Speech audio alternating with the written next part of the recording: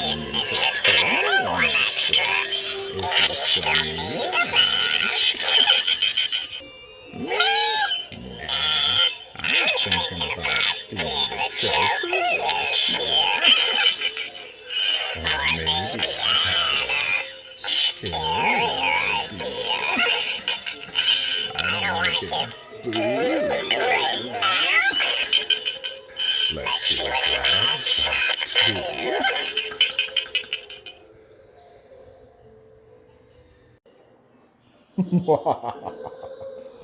Welcome to another episode of Chats with Vlad. Episode 107. We all wear masks. Metaphorically speaking. So, Dr. Newman, you're saying that everybody wears a mask? That's correct, Wendy. We all wear masks, metaphorically speaking. Okay, boys and ghouls, what we're meaning by that is that everybody apparently in this world has a mask. Oh, I figured since it was getting close to Halloween, we'd get in the holiday spirit, so to speak. But this isn't going to be one of those fun episodes, no. I have a really fun episode planned for next week where I go all through Spirit Halloween. No, unfortunately, this was a very, very news-heavy week with all kinds of things that we have to discuss. And you know what I always say? Work first. Now, as I was saying before, we all wear masks, metaphorically speaking. That's correct, Wendy.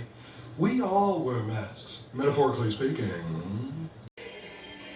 Yeah, I know. You're over here like, Vlad, it's almost Halloween. Vlad, when you said masks, we thought you meant like physical Halloween masks. Not metaphorical. Well, Buttercup, you better buckle up.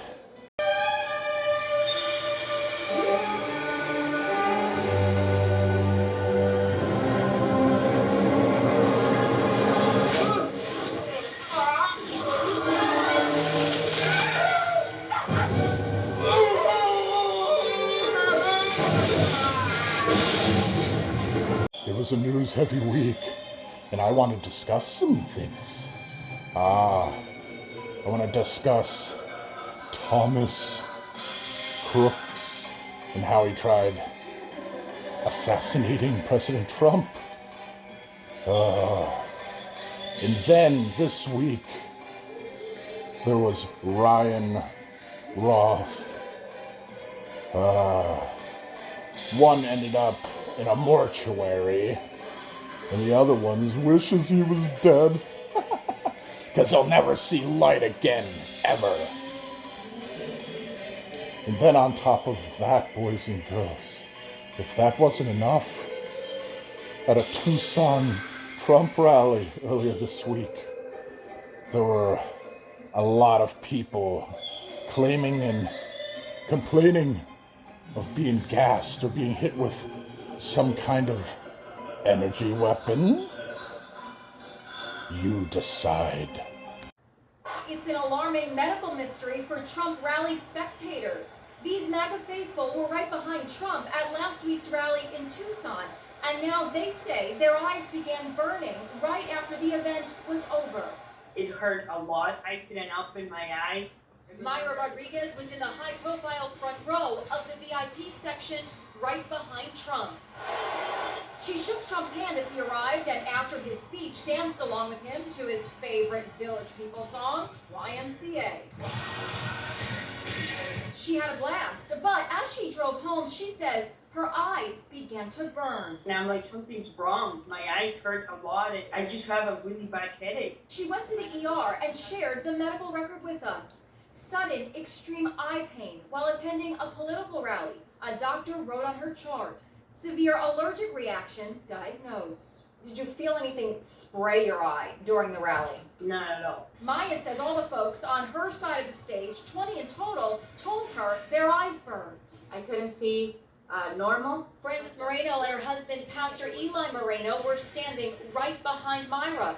They also went to the ER. What do the doctors think happened to you guys? The ophthalmologist told us on the next day that it could have been either some type of lighting or chemical. It's bad enough, boys and ghouls, that they're trying to run a dictatorship and that they're trying to subvert your vote. But now, if you vote for the wrong candidate, they might even try to kill you too. A sight to see. It was his first rally after the debate. Maya Rodriguez face to face with former President Donald Trump at a Tucson rally last week. She comes out, we were all pumped up. A perfect view, It was all the Latinas on that side of stage. quickly becoming blurry. I told my husband, please take me to emergency room because something's wrong. After leaving the rally, she says she began experiencing eye pain. Initially thinking it was allergies, she says when she couldn't open her eyes, she knew it was something else, and she quickly learned she wasn't alone. Are you okay? Because other people that were with you at the rally went to the hospital. Her eyes not deceiving her when she learned at least 5 other people in that same section also dealing with eye emergencies. Friday, I thought I was going to be blind. A doctor telling her she wasn't blinded by the light. It was not the lights, the stage lights could not cause this. Rodriguez says only supporters on one side of that stage were injured. She says the damage impacting her cornea, leaving her sensitive to light. In fact, she wore these glasses during our interview, but she says she will recover. Oh, I'm telling you what, you just can't keep a good president down. When are these people gonna understand that the more they try to kill him, the stronger they're making him? I'm telling you what, if there was anybody who reminded me of the Incredible Hulk, it's Donald J. Trump. Man, the more you hit him, the more you hurt him, the angrier he gets. But boys and girls, there's a lot of other newsworthy things going on this week, and I don't have time to stutter stall or make excuses. No. For one thing, Israel. Well, they came up with a new form of attacking all the people that have been attacking them, the Houthis, Hamas, and even Iran, Syria, anyone who's been attacking them. They've been blowing up their pagers, blowing up their walkie-talkies, blowing up their solar panels, and yes, boys and girls, they even started doing cell phones. Check this video footage out.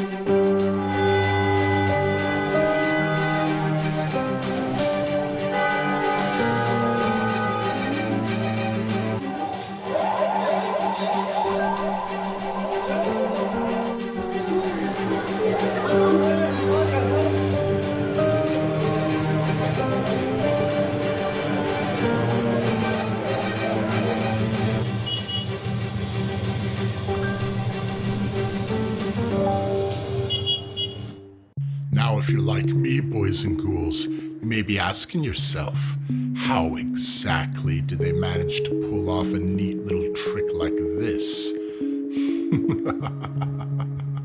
Let's find out. Bola reportedly ordered around 5,000 pagers from Taiwan, a country known for producing about 90% of the world's most advanced semiconductors. These pagers were destined for Lebanon. However, what makes this story particularly intriguing is what allegedly happened during the shipment process. At some point along the way, a spy agency is believed to have intercepted the shipment and tampered with the pagers. They discreetly altered the internal components, replacing one of the two identical batteries with a hidden explosive device. This modification was done so subtly that it went unnoticed. Once the changes were made, the altered pagers were quietly sent back to Hezbollah as if nothing had happened. To help you understand better about the explosive pager, let's take a look at how it works. At its core, the battery powers the entire device. This is the speaker and emits audio alerts to notify the user of incoming messages. The motor adds a physical vibration alert, making the pager effective in silent mode. The radio antenna coil receives wireless signals like VHS, and the microprocessor converts these signals into readable messages. In short, these are often low-tech and difficult to track. Inside a typical pager, you'll notice these components working together, particularly the batteries which power the device. Now let's consider a hypothetical scenario. Imagine you're looking at two identical batteries inside the pager. Although this is speculative, if it were part of a spy agency, you might consider disguising one of the two identical batteries for a different purpose. One battery would provide the necessary power for the device, while the other could potentially serve as an explosive cleverly concealed within the pager. To expand on this theory, an alkaline AA battery weighs approximately 23 grams. Interestingly, reports in the news have mentioned that an explosive weighing about 20 grams was detonated. This similarity in weight lends some plausibility to the idea that a battery could be used as a disguised explosive device. We believe there was a timer for triggering this explosive that can disable or unalive an adult if placed at the correct time. Since 2000, 750 were injured, which cannot be a coincidence. Now he's getting down and dirty, boys and ghouls. But before we go too much further here, I wanted to give a shout out real quick. You see, this video footage I've been showing you tonight has come from the Telegraph and from Inside Edition. I wanted to give them credit where credit was due. Indeed. But, you know, Uncle Vlad was thinking about it. And it is almost Halloween time, and you know what? I still haven't picked a mask yet.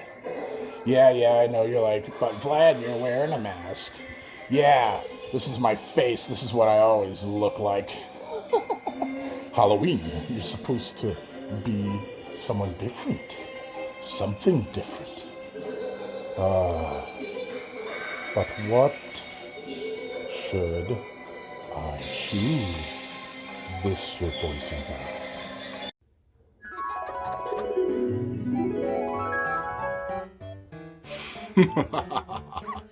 Here we are in Uncle Vlad's boom boom room.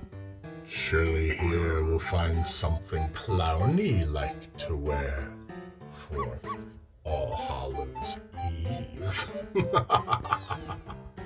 Uncle Vlad has so many masks. There's my brother Jolly. There's my other brother Folly. And then I'm sure that Grimklaus wouldn't mind if I borrowed his comedy or tragedy. Oh, there must be something old Uncle Vlad can wear for Halloween.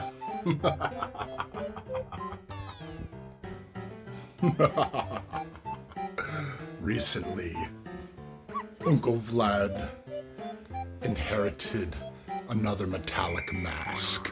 A devil one, if you would. Perhaps. It reminds me of my own mask, except for mine's chromatic.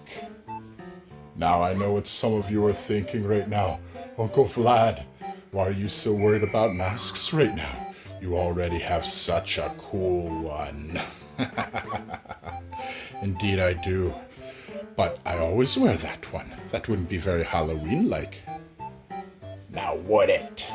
Ah, yes, and here we have a pretty cool one, Hugs the Clown, picked up at Spirit Halloween. Indeed. Ah, we've even procured Hugs. A very wicked-looking cleaver indeed. But no, Uncle Vlad can't pick Hugs. 'Cause my little one, my little spawn, my little bitter batter, he surprised Daddy this year. He said he wanted to be a clown. So bitty, he's going to be Hugs.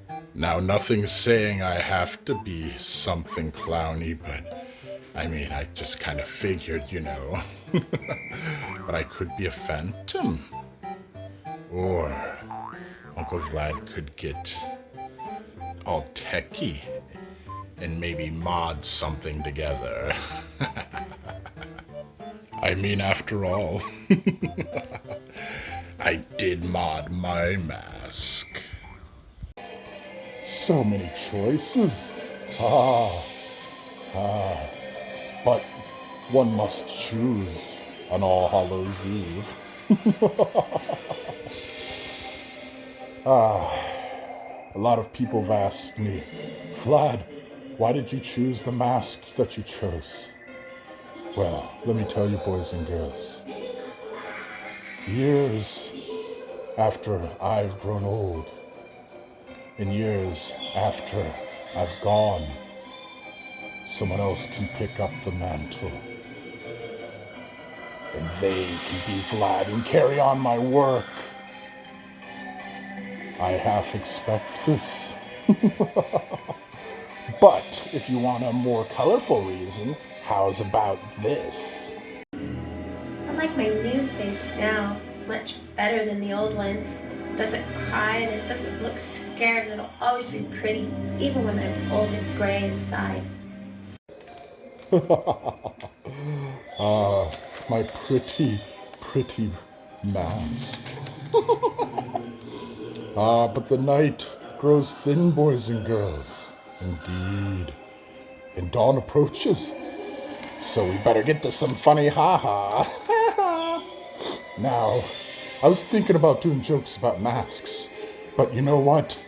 I figured since tonight was so full of bad news, that maybe we could mask our feelings, our emotions, with some funny ha-ha. I told my psychiatrist that I've been hearing voices, and he told me that I don't have a psychiatrist. What's the difference between jelly and jam, boys and ghouls? You can't jelly a clown into a tiny car. I hope death's a woman. That way it'll never look at me twice. Do you know what cremation is, boys and ghouls? My final hope for a smoking hot body, that's what. Sometimes I think of all the people that I've left behind along the way. And I remember why I stopped being a tour guide, too. Why is it that if you donate a kidney, people love you, but if you donate 5 kidneys, they call the cops? My friend died when we couldn't remember his blood type, boys and girls. As he was dying, he kept insisting for me to be positive. But it's so hard without him. Well, boys and girls, that's all the time we have for tonight.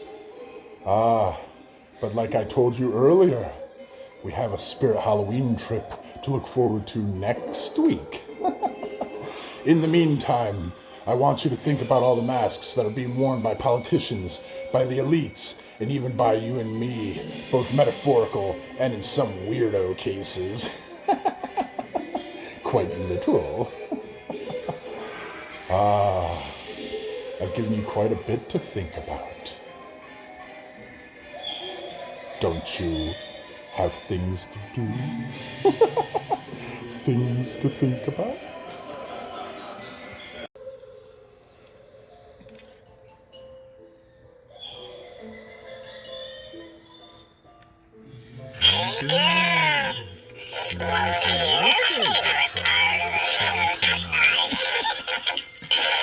Hey, Dan. What? What on earth? I guess you got pretty good show.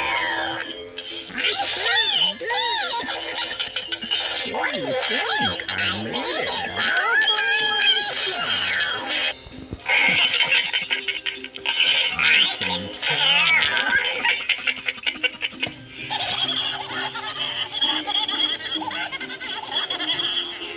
Well, boys and girls, I found my mask and costume.